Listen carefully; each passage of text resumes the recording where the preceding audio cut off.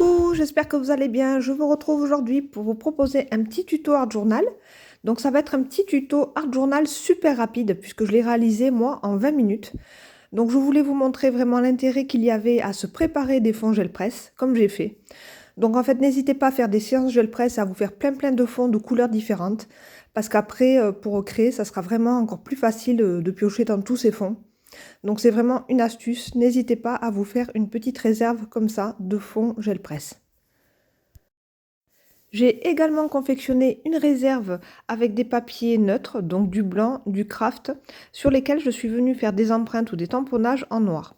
Donc pour les empreintes, j'ai utilisé un pinceau et du gesso noir, sinon j'ai utilisé ma Versafine noire avec des tampons. Donc là, c'est ma réserve de papier neutre que je vais pouvoir venir mixer aux autres papiers bien plus colorés que j'ai réalisés à la gel presse. Pour le choix du carnet dans lequel je viens travailler, évidemment, j'ai choisi ce petit carnet que vous voyez tous les jours presque sur Instagram. Donc c'est un petit carnet que j'ai trouvé chez Action. Donc j'en ai 4 comme ça, j'ai fait une petite réserve parce qu'ils étaient vraiment pas chers du tout, je crois qu'ils étaient à 1,89 €. Et je trouve que le format de ce carnet est vraiment super, je vous l'avais déjà dit dans une autre vidéo. Et j'aime bien travailler comme ça, juste sur la page de droite et faire une petite page d'art journal très rapidement quand j'en ai envie. Donc là, je viens découper mon petit fond que j'avais fait à la gel presse. Je l'avais travaillé avec des pochoirs et des acryliques. Et j'ai découpé ce petit fond en 17 par 12. Voilà, pour la dimension. Ce que je fais, c'est qu'en fait, quand je fais des fonds gel presse, j'utilise vraiment ma petite gel presse, la petite rectangle, et je viens couper les feuilles A4 en deux. Et comme ça me fait des petits formats A5. Et j'ai toute une réserve comme ça en format A5 de fond gel presse. Et ça correspond plus ou moins, si vous voulez, à ce format pour ce carnet. Même si je suis obligée de venir le redécouper un petit peu, je ne perds pratiquement rien de mon fond gel presse. Pour décorer cette page, je choisis 2 petits morceaux de papier en craft. C'est une vieille enveloppe en craft que j'ai recyclée, sur lesquels je suis venue faire des tamponnages. Donc là, ce sont des tampons de branches que j'adore. Ce sont mes chouchous. C'est la marque Ruberdance et c'est l'artiste Suzanne Rose Art qui propose toute cette gamme de tampons. Voilà, Suzanne Rose Art, elle a une chaîne, donc elle fait beaucoup d'art journal et c'est quelqu'un que j'admire vraiment. J'aime beaucoup ce qu'elle fait. Elle travaille l'aquarelle, elle fait des pages d'art journal très colorées et c'est quelqu'un qui m'inspire énormément. Je l'aime beaucoup. Et ces tampons sont vraiment sublimes et parfaits pour l'art journal. Pour cette deuxième étape, je suis allée piocher dans ma réserve de die cuts aux aquarelles. Donc j'avais proposé un tuto pour réaliser ces die cuts. Je vous mettrai le lien en barre d'infos pour cette vidéo tuto.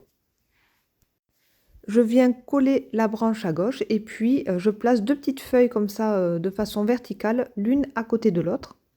Mon petit décor est terminé. Je vais maintenant apporter un petit peu de détail au fond et créer une texture supplémentaire. Et là, je vais utiliser un masque. Donc, c'est un joli masque. C'est la nouvelle collection qui vient de sortir de chez Caravelle Studio.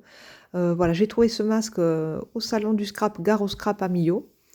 Et franchement, celui-ci, ça fait un petit moment que je le voulais parce que je trouve que les lignes sont très fines et ça donne un résultat très joli, très raffiné.